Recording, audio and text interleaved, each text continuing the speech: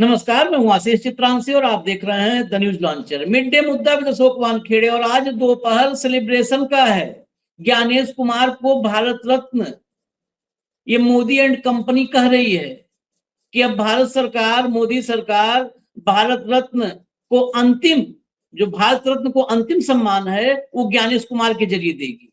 दरअसल भारत रत्न के जरिए आज तक भारत की प्रतिष्ठित हस्तियां सम्मानित होती रही हैं, लेकिन मोदी जी कहते हैं न्यू नॉर्मल है, उल्टा चलती है गाड़ी यहाँ पर न्यू नॉर्मल में। अब भारत सम्मान का अलंकरण होगा। भारत सम्मान को ज्ञानेश कुमार सुशोभित करेंगे और इसके बाद मुझे लगता है कि इसी के बाद यहीं पर विराम लग जाना चाहिए, क्योंकि भारत रत्न को आखिरी अलंकरण मिल जाएगा। इसके बाद और कोई अलंकरण मिल ही नहीं सकता है भारत रत्न। और इससे पहले जिन लोगों को भारत रत्न मिला है, या तो मेडल छुपा दें नहीं तो लौटा दें। जब खुलेआम कैमरे पे ये सब कह रहे हैं, और वो भी तब कह रहे हैं जब इस दौर की अदालत में हैं कुछ जज हैं, बार बार हम उनका नाम लेते हैं। जस्टिस अभय अशोक रिटायर हो गए, उन्हीं के साथी थे। अक्सर जो है उन दोनों एक कंबाइंड बेंच होती थी, दो जजों की बेंच में, उनके साथ जस्टिस उज्जवल भुइयां वो थे, जस्टिस धूलिया थे, justice Muralidhar, justice Atul Sridharan, justice Subhash Vidyarthi, बहुत सारे हैं, कम ज्यादा बहुत सारे हैं। उसी में एक नाम है जस्टिस कृष्णा राव। भरी अदालत में चुनाव आयोग के गाल पे मारा है चट से। आवाज कलकत्ता से दिल्ली तक आई, लेकिन जैसे ही चटाक की आवाज आई, इन सब ने कहा भारत रत्न दे दो, ताली बजाओ, भारत रत्न दो, भारत रत्न दो।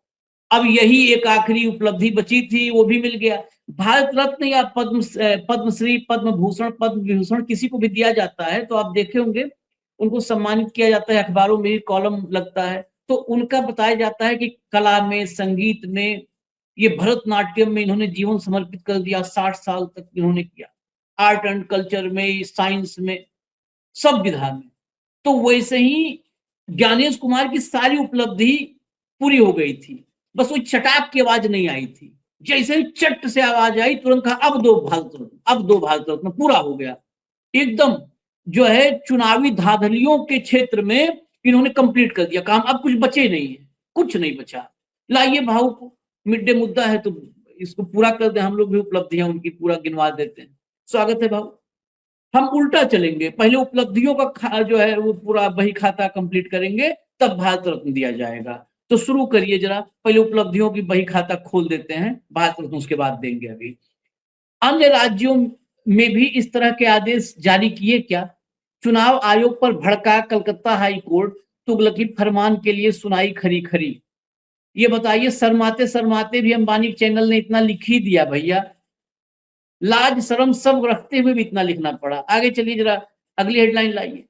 ये देखिए, ये सब ऐसे मीडिया हाउस हैं जो नहीं लिखते, लेकिन कलम चली।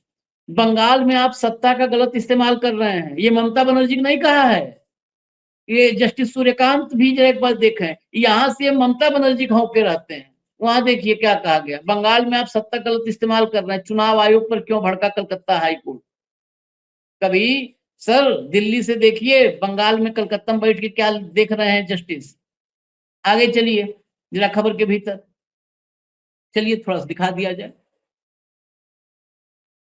लिया भैया, हाँ, पश्चिम बंगाल में पहले चरण की वोटिंग के दिन यानी गुरुवार को कलकत्ता हाई कोर्ट ने चुनाव आयोग की जमकर क्लास लगाई।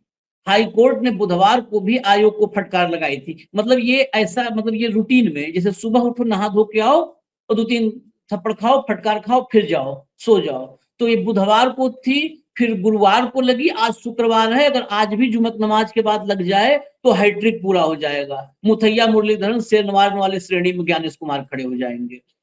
तो जो है चेतन शर्मा जैसे भी, भारत का भी नाम ले लेते हैं, राष्ट्रवादी हैं हम लोग भी। तो गुरुवार को हाई कोर्ट ने कोलकाता और दक्षिण 24 परगना में मोटर बाइकों पर 48 घंटे की पाबंदी लगाने के आदेश को तुगलकी फरमान करार देते हुए इसे नागरिक अधिकारों के खिलाफ बताया। गुरुवार को सुनवाई के दौरान जस्टिस कृष्णा राव ने चुनाव आयोग को फटकार लगाते हुए कहा कि सिर्फ अधिकार होना किसी भी तरह के आदेश लागू करने का आधार नहीं हो सकता है। मतलब अधिकार है तो अति न कर दो। उन्होंने कहा अगर आप सब कुछ बंद करना चाहते हैं तो फिर आपातकाल ही घोषित कर दीजिए, ये ड्रामा क्यों करते हैं। बहुत बढ़िया कहा सर, बहुत बढ़िया कृष्णा राव साहब। जब सब अपने मन से कर रहे हो तो आपातकाल घोषित करो, लेकिन इस तरह नागरिकों के अधिकारों पर अंकुश नहीं लगाया जा सकता। इससे पहले बुधवार को भी हाई कोर्ट ने इनको झटका दिया था, रगड़ाई इनकी हुई थी। उस दिन राज्य में आयोग की ओर से करीब 800 लोगों को उपद्रवी करार देने के फैसले को पलटा गया था। बुध को इन्होंने 800 लोग में पता है कौन कौन था बाबू? टीएमसी के सांसद, टीएमसी के विधायक, ये टीएमसी के पदाधिकारी, उनको 800 लोगों को उपद्रवी बता करके इसने कहा था कि इन सबको हम हिरासत में ले लेते हैं मतदान से पहले। तो हाई कोर्ट ने इनको रगड़ा था, मतलब कि बताओ बेशर्मो। टाइम्स ऑफ इंडिया की रिपोर्ट के मुताबिक चुनाव आयोग ने 21 अप्रैल को एक अधिसूचना जारी करके 27 अप्रैल शाम 6 बजे से 29 अप्रैल तक मोटरसाइकिलों के उपयोग पर सख्त प्रतिबंध लगाया था। आदेश के अनुसार इस दौरान बाइक केवल सुबह 6 बजे से शाम 6 बजे तक ही चलाई जा सकेगी। इसके अलावा पिलियन राइडिंग मतलब पीछे बैठकर सफर और बाइक रैलियों पर भी रोक लगा दी गई थी। हालांकि मेडिकल इमरजेंसी, पारिवारिक कार्यक्रम और आवश्यक सेवाओं को छूट दी गई थी। आगे चलिए, ये सब सेवा जो था ये भाजपाई बताते कि हम जा रहे हैं शादी में। चुनाव आयोग ने अपने आदेश का बचाव करते हुए कहा था, क्या कहा था चुनाव आयोग, ये सुनिए। यह कदम स्वतंत्र, निष्पक्ष और शांतिपूर्ण चुनाव सुनिश्चित कराने तथा किसी भी तरह की हिंसा, डराने, धमकाने या अवांछित घटनाओं को रोकने के लिए उठाया गया। आयोग का मानना था कि इस तरह के प्रतिबंध से मतदान का माहौल बेहतर और सुरक्षित बनेगा, लेकिन अदालत इस तर्क से संतुष्ट नहीं था। जस्टिस राव ने सुनवाई के दौरान आयोग के वकील से सवाल किया कि क्या अन्य राज्यों में भी इस तरह के आदेश जारी किए जाते हैं। उन्होंने कहा कि आपके पास पुलिस व्यवस्था, सीसीटीवी कैमरे हैं, तो इतनी कड़ी पाबंदी की जरूरत क्यों है? यह असंगत प्रयास है जिससे सब कुछ ठप करने की कोशिश की जा रही है। अब एक और पन्ना है, उसको दिखाइए तो उसमें और क्लियर होगा, उपलब्धियां और साफ हो जाएंगी। अगला लाइए। गुरुवार को जस्टिस राव ने आयोग से आगे कहा, आम नागरिकों के अधिकारों को इस तरह से कम नहीं किया जा सकता। अगर यही तर्क है तो आप कारों पर भी रोक लगा दीजिए। आखिर लोग कारों का इस्तेमाल बम और बंदूक ले जाने के लिए और दंगा भड़काने के लिए कर सकते हैं। भाई मोटरसाइकिल से ज्यादा तो कार में, डिग्गी में, पिछली सीट में, अगली सीट में, बोनट में, कहां कहां बांध ले बंदूक। मोटरसाइकिल रोक रहे हो, कार में तो आराम से जाएगा, वो नहीं रोके। बहुत बढ़िया जज साहब। उन्होंने आगे कहा कि कोर्ट को दिखाए कि पिछले 5 सालों में ऐसी कितनी घटनाएं हुई हैं, कोर्ट को दिखाइए आप, जिनमें मोटरसाइकिल पर सवार गुटों ने हिंसा भड़काई हो। यह एक बहुत बड़ा कदम है। असल में चुनाव से 2 दिन पहले ही सब कुछ ठप कर देता है ये। मैं फिर दोहराता हूं कि यह सब सिर्फ अधिकारियों की नाकामियों को छिपाने के लिए किया जा रहा है। ये है कोर्ट, इसको कहते हैं अदालत और इसे कहते हैं जज, जो कि अब विलुप्त हो रहे हैं धीरे धीरे। ये विलुप्त प्रजाति हो रही है, इसको संरक्षण देने की आवश्यकता है। इस देश के लोगों को भी चाहिए कि जस्टिस कृष्णा राव, जस्टिस श्रीधरन, मुरलीधर, अभय ओका, धुलिया, उनको जस्टिस उज्जवल भुइयां, ऐसी इस प्रजाति के लोगों को संरक्षित करें। और ये तभी संरक्षित होंगे जब आप लोग इनका हौसला अफजाई करेंगे। और कोई तरीका नहीं है कि आप इनके लिए, वो मोदी जी बताते हैं मखाना खाओ तो मखाना इनके लिए भिजवा दो तो संरक्षित होंगे ना। इनका उत्साह बढ़ाना पड़ेगा। हाँ, मखाना घास नहीं होंगे। मैं भावुक पास पहले चल रहा हूँ, इसके बाद अभी भारत रत्न देंगे, अभी रुक जाइए, अभी पूरा हम देंगे, डिटेल में सुनवा भी देंगे आपको। लेकिन अभी इस पे भावुक, इसके बाद मुझे लगता है कि सारी उपलब्धियां हो गई भारत रत्न की एलिजिबिलिटी के लिए। अब अपने चुनावी धांधली में सब कुछ पूरा कंप्लीट। 2 चीजें हैं आशीष। आज भारत रत्न जो पहला दिया गया और आखिरी दिया गया, उसमें 70 साल बीते। 1954 में सी राजगोपालाचारी तमिलनाडु के थे, उनको दिया गया, पहले गवर्नर जनरल थे भारत के, और पॉलिटिक्स और पब्लिक अफेयर्स के लिए दिया गया। और आखिरी जो ज्ञात है वो तमिलनाडु के ही MS स्वामीनाथन को दिया, एग्रीकल्चरिस्ट और साइंस के लिए, मरणोपरांत। इन दोनों के बीच जितनी बड़ी लिस्ट है, उनमें से जो जीवित लोग हैं मैं गारंटी के साथ कहता हूं कि वो लोग अपना अवार्ड वापस कर देंगे यदि ज्ञानेश कुमार को दिया तो। सवाल यह है आशीष कि मांग कौन रहा है। हम्म, वो मांग रहा है जिसने अपने छिछोरेपन के सारे प्रमाण रेगुलरली वो देते रहता है। हम्म, कांग्रेस में थे तो राहुल गांधी को लगा कम से कम कुत्ता वफादार हो सकता है, इसलिए उन्होंने कुत्ते को तवज्जो दी थी और इनको खड़ा रखा, क्योंकि वो जानते थे ये क्या है। जिसके भ्रष्टाचार के जिसके ऊपर आरोप लगाते हुए भाजपा ने महीनों महीनों सदन नहीं चलने दिया आसाम में,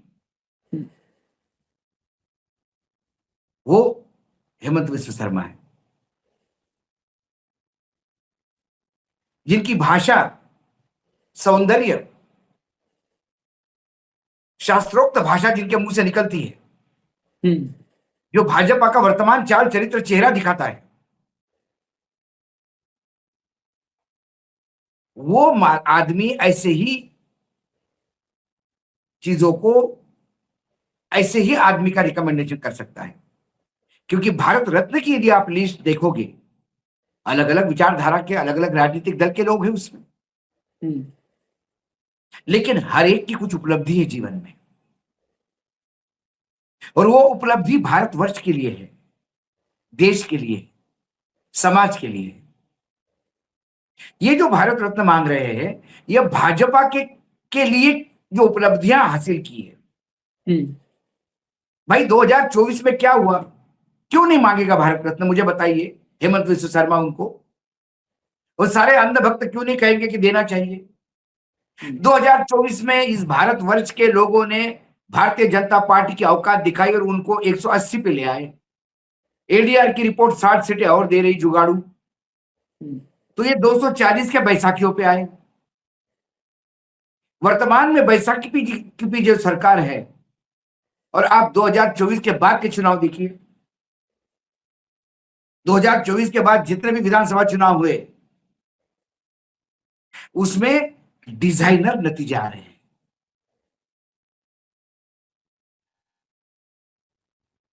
बीजेपी आंकड़े बताते हैं और आयोग ज्ञानेश कुमार अपनी फितरत से उस आंकड़ों को नतीजे के रूप में परिवर्तन करने के लिए पूरी ताकत झोंक देते हैं। आप देखिए 2024 के बाद का मुझे एक चुनाव बता दीजिए, सारे के सारे चुनाव डिजाइनर, और बिहार का लेटेस्ट। लेकिन बंगाल गले में पड़ गया। आसाम में डिलिमिटेशन किसने किया, चुनाव आयोग ने 2001 के डाटा पे। और डिलिमिटेशन कैसा किया, जो नई संरचना करी विधानसभा की वो कैसी की, कांग्रेस ने तो मैप सब दिखाए, सिर्फ एक राजनीतिक दल को फायदा पहुंचाने के लिए। तो मुझे बताइए हेमंत विश्व शर्मा को यदि फिर से गद्दी मिल रही है चुनाव आयोग की वजह से, तो उसके लिए तो भगवान हो गया। हम भगवान से वर मांगते हैं और अब मन ही मन में कहते हैं कि भगवान, लगातार हम प्रार्थना रोज करते तथास्तु तो कहता होगा, तो आशीर्वाद देता होगा। इनके भगवान ज्ञानेश कुमार हैं, वो तथास्तु बोलते हैं। फिर से एक बार मुख्यमंत्री, तथास्तु, विजयी भव। बंगाल में क्या हुआ, एसआईआर में 34 लाख लोग वंचित हैं मतदान से। जो लोग मनुस्मृति की पूजा करते हैं, वो आदमी संविधान की अवहेलना करने वालों को भारत रत्न दिलवाएगा। अब ज्ञानेश कुमार को भारत रत्न ये है कि उन्होंने पूर्ण रूप से पक्षपात पूर्ण रवैये से चुनाव आयोग चला रहा है। कितने प्रूफ दिए, आंध्र प्रदेश, कर्नाटक, हिमाचल, हरियाणा, गुजरात, महाराष्ट्र, बिहार, बंगाल, कौन सा राज्य है जहां के प्रूफ नहीं है सामने, सबूत नहीं है सामने। कुछ हुआ, कुछ जू रेंगी, और फिर जो स्वायत्त संस्थान थी, जो ट्रांसपेरेंसी के लिए जानी जाती थी, पारदर्शिता, वहां पे क्या हुआ? मतदाता सूची डिजिटल नहीं देंगे, भारत रत्न। सीसीटीवी फुटेज नहीं देंगे, भारत रत्न। हम फिगर नहीं बताएंगे, परसेंटेज कितने वोटिंग हुआ, भारत रत्न। हम डायरिया नहीं देंगे, जो डायरी मेंटेन करता है, मैंडेटरी है डायरी मेंटेन करना हर बूथ मैनेजर, बूथ ऑफिसर को, भारत रत्न। बीएलओ के तक के नाम नहीं है लिस्ट में मतदाता सूची के, भारत रत्न। जिनको नोबेल मिला उनको लिस्ट से बाहर किया, Bharat Ratna.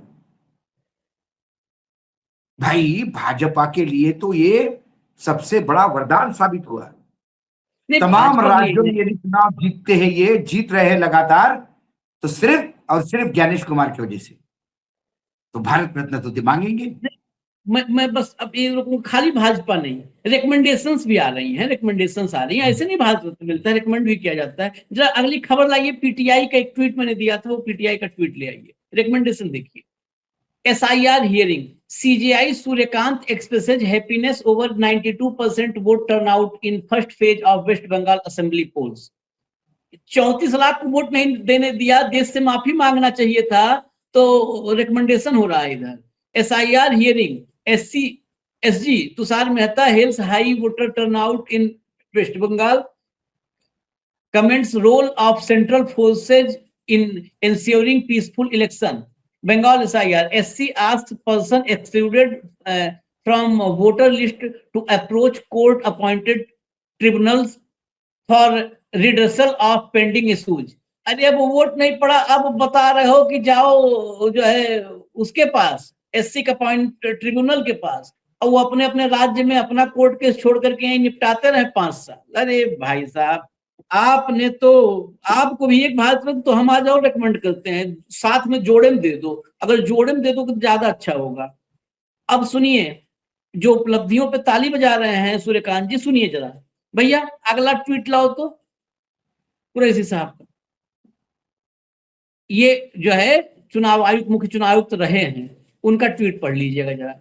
PCI must announce how many voters were in the queue at 6 PM. अब जरा देखिएगा, कहीं बताया है क्या कि कितने लोग 6 बजे क्यू में थे? Exact numbers are known, polling station wise as number chit are distributed at the end of polling. इस सिस्टम को हमने कई चुनाव में बताया है, लेकिन सारे सिस्टम को सिस्टम में बदल दिया ना मोदी जी ने। ये एग्जैक्ट नंबर पता होता है कि जो मतदान का समय जैसे ही पूरा होता है, उसके बाद जितने लोग क्यू में होते हैं लाइन में, उनका एग्जैक्ट नंबर पता होता है, क्योंकि उल्टे क्रम में उनको पर्ची दी जाती है नंबरिंग की। तो वही उन्होंने कहा है कि ये अनाउंस करना चाहिए, the last person in queue is numbered 1 so that no new person can join. इसको बहुत बार हमने बहुत डीपली, मैं तो इस पे कई प्रोग्राम कर चुका हूँ, कि आखिरी जो लाइन होती है, लाइन में मान लिया कि 56 लोग हैं, तो सबसे जो पीछे है उसको 1 नंबर दिया जाएगा और आगे लास्ट वाले को 56 दिया जाएगा, ताकि कोई उसमें खेल न कर पावे। वही संख्या बताने कह रहे हैं। अब भारत रत्न से पहले ये गिनती बना, अगर बता दोगे तो बहुत अच्छा होगा, नहीं तो भारत रत्न तो मिल ही रहा है, उसको कोई नहीं रोक पाएगा। लेकिन अगर ये बता देते तो और अच्छा होता। अब इसके अलावा मैं एक चीज और भी है, इस देश के काबिल वकील हैं, बड़े वकील हैं, कपिल सिब्बल, उन्होंने भी आपको भारत रत्न दिए जाने को लेकर के तमाम उसमें उपलब्धियों को बखान किया है, तो उनको भी सुनवा देते हैं। जब सुनिए, सिब्बल साहब को सुनिए। It is shocking. It seems that there is an emergency that is imposed in the state of West Bengal outside the Constitution of India. In this emergency, 2,400 platoons of CAPF have been placed there. 2,400, which means 2.4 lakh people of CAPF, which means for every 100 people in West Bengal, 1 person of CAPF will be taking care of them. So it seems that the BJP is not fighting this election. It seems that the CAPF and the Election Commission is fighting this election. Gross abuse of state machinery. I mean, these number of CAPF people would not be there in Jammu and Kashmir. They are in West Bengal.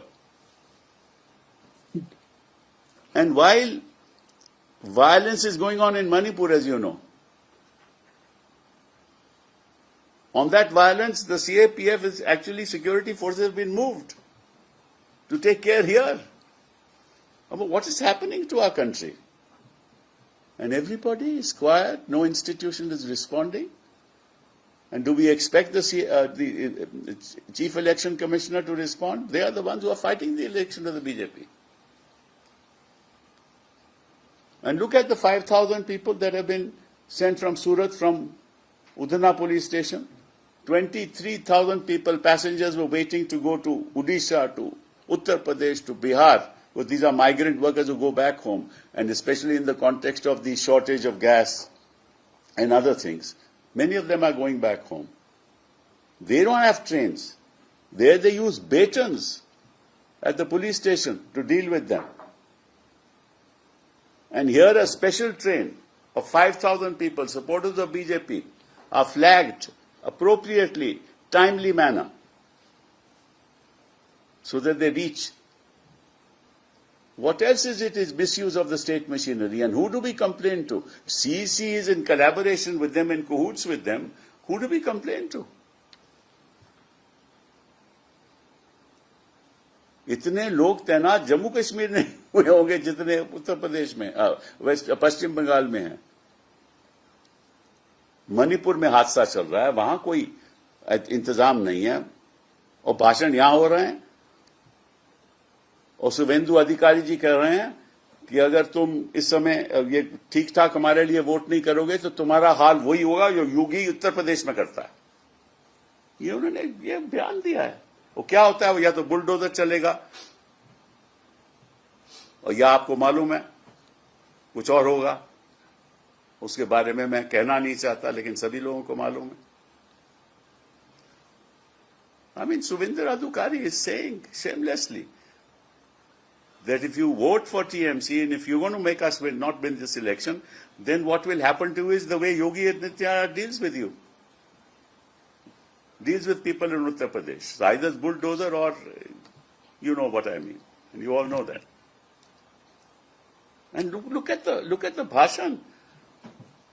हमारा home minister कहता है, दीदी ओ दीदी, what is this the way to conduct yourself? You're the home minister of the country.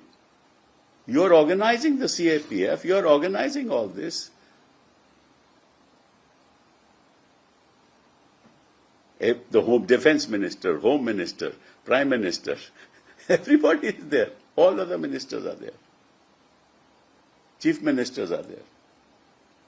And the kind of भाषण they are giving is unbelievable.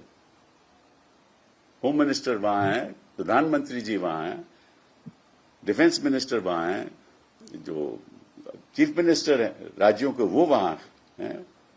और ऐसा मतलब लगता है कि एक मतलब कि उनको जैसा कॉर्डन ऑफ कर लिया होता है। कभी होता था ना पुराने जमाने में, जब वर्कर मूवमेंट बड़ी स्ट्रांग होती थी तो एम्प्लॉयर को घर से बाहर नहीं आने देते थे।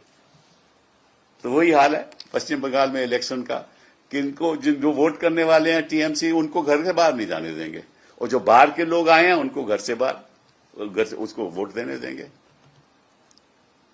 What is going on? और जो लॉजिकल डिस्क्रेपेंसी की जो बात करते हैं, तो वो लॉजिकल डिस्क्रेपेंसी तो खुद सीईसी है। वो ना वो लॉजिकल है, हर चीज में हर कदम पे उसकी डिस्क्रेपेंसी है, हर बयान में उसकी डिस्क्रेपेंसी है।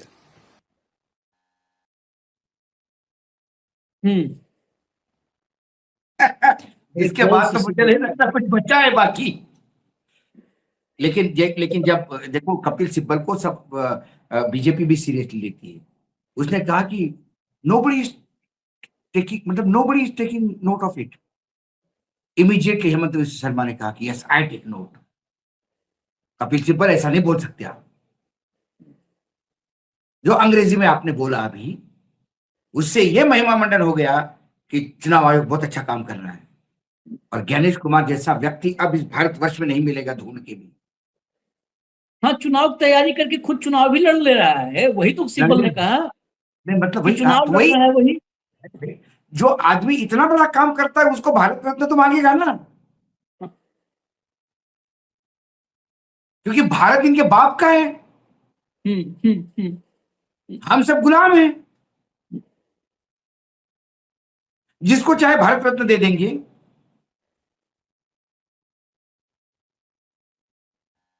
खुद को प्रधानमंत्री समझता है, भारत रत्न अनाउंस करता है,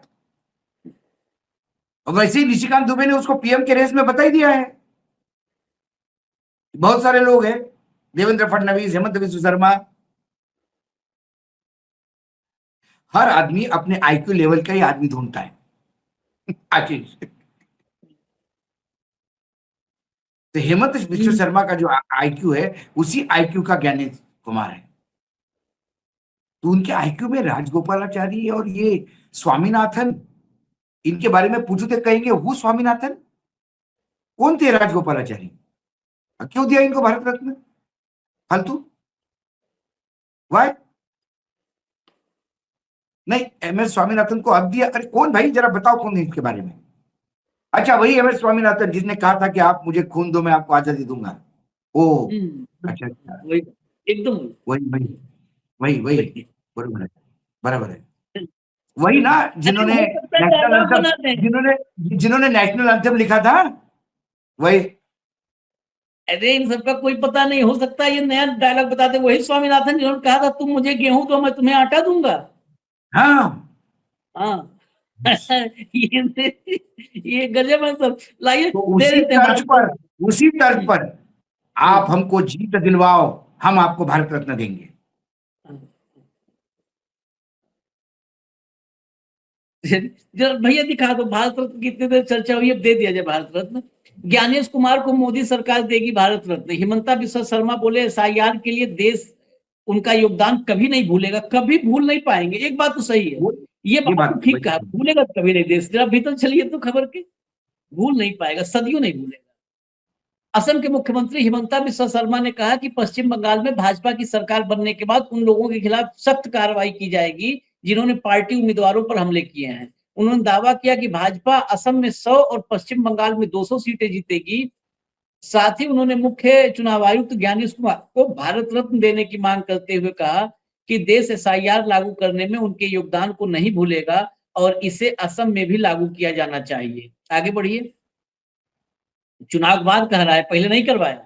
वहीं पूर्व कानून मंत्री कपिल सिब्बल ने चुनाव आयोग की आलोचना करते हुए आरोप लगाया कि पश्चिम बंगाल में लोगों को उनके मतदान अधिकार से वंचित किया जा रहा है। उन्होंने व्यंग करते हुए कहा कि मुख्य चुनाव आयुक्त को पद्म भूषण दिया जाना चाहिए।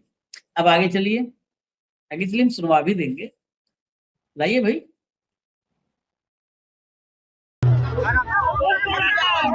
को बंद कर दीजिए, म्यूजिक को बंद कर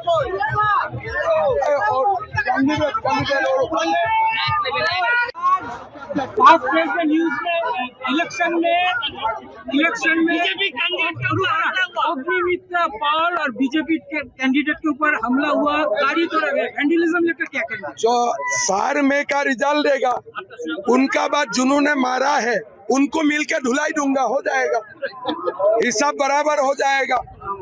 सार में बीजेपी का सरकार आ रहा है, ये लोगों को दौड़ा दौड़ा के मारना पड़ेगा जो लोग हमारा कैंडिडेट को मारे हैं, ठीक है।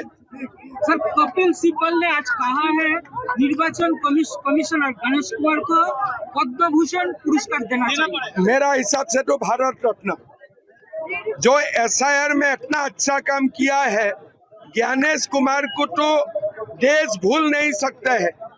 मैं तो चुनाव के बाद असम में भी एसआईआर के लिए निमंत्रण करता हूं, और ज्ञानेश कुमार सचमुच ऐसा एक सीईसी है, उनको जितना सम्मान दिया जाए कम होगा।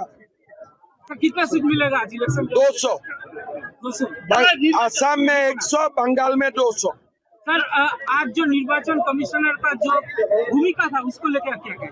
देखिए, चुनाव में क्या है क्या नहीं है मैं बताना नहीं चाहता हूं, लेकिन लोगों ने दिल खोल के वोट दिया है। मैं नॉर्थ बंगाल में था, मेदिनीपुर में था, जंगल महल में था। जो वोट हुआ है बीजेपी के लिए हुआ है, ये मैं पक्का बोल सकता हूँ। ইলেকশন কমিশন যে ভাবে তারা ব্যবস্থা নিয়েছে তাতে কি আপনারা সন্তুষ্ট? देखिए আমি ওই বিষয় বলবেন না, আমি এটাই আশা করবে কি 29 তারিখ और স্ট্রিক হওয়ার প্রয়োজন আছে। 29 তারিখ ইলেকশন কমিশন আরো বেশি স্ট্রিক হলে ভালো হবে। ঠিক আছে। फास्ट पेज में न्यूज में इलेक्शन में बीजेपी कैंडिडेट के ऊपर अग्निमित्र पाल और बीजेपी के कैंडिडेट के ऊपर हमला हुआ, गाड़ी तोड़ा गया, वैंडलिज्म लेकर क्या कहना? जो सार में का रिजल्ट देगा उनका बाद जिन्होंने मारा है उनको मिलके धुलाई दूंगा, हो जाएगा, हिसाब बराबर हो जाएगा। सार में बीजेपी का सर ये मुख्यमंत्री है, जो कानून व्यवस्था देखना है उसको ये कहना चाहिए था कि जब हम सत्ता में आएंगे तो कानूनन जो कार्यवाही होगी वो की जाएगी और दोषियों को छोड़ा नहीं जाएगा। हम ढूंढ ढूंढ के भगा भगा के मारेंगे, ये टपुरी छाप लोगों के हाथ में जब सत्ता आती है तो ऐसे वक्तव्य सामने आते हैं। धुलाई संविधान तो वर्तमान में मुख्यमंत्री है, केयरटेकर मुख्यमंत्री है, वर्तमान में तो मुख्यमंत्री है ना। नतीजा आने के बाद ये इस्तीफा देगा या जो भी शपथ लेगा वो बात अलग है, लेकिन वर्तमान में मुख्यमंत्री है। ये मुख्यमंत्री की भाषा है। एक मुख्यमंत्री गाली देता है, एक मुख्यमंत्री बोलता है घूम घूम के पकड़ पकड़ के मारेंगे पीटेंगे, जैसे को वैसा करेंगे। स्टोन एज के जमाने में लेके जा रहा है आदमी को कि आंख के बदले आंख और हाथ के बदले हाथ।